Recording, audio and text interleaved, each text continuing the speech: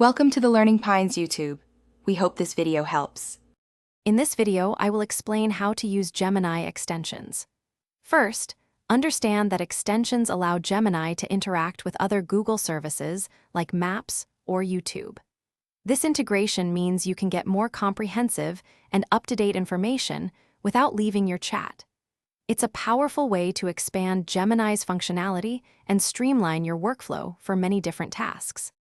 To begin, open Gemini and locate the extensions icon, usually found in the sidebar or settings menu. Here, you'll see a list of available extensions.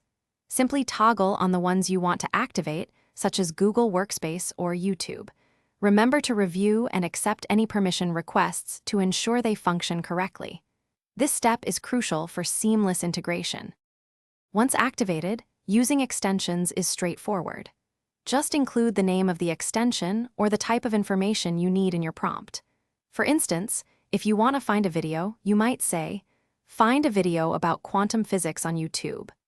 Gemini is smart enough to recognize your intent and engage the appropriate extension to provide the best possible answer. If an extension isn't performing as expected, first verify that it's enabled and has all necessary permissions.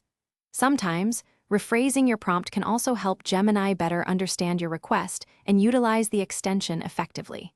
Remember, the more specific you are, the better the results. Also, for a fresh car scent, check the description for a link to Little Trees, Black Ice, and other great deals. Keep exploring Gemini's capabilities. Thanks for watching. Consider subscribing if we helped you.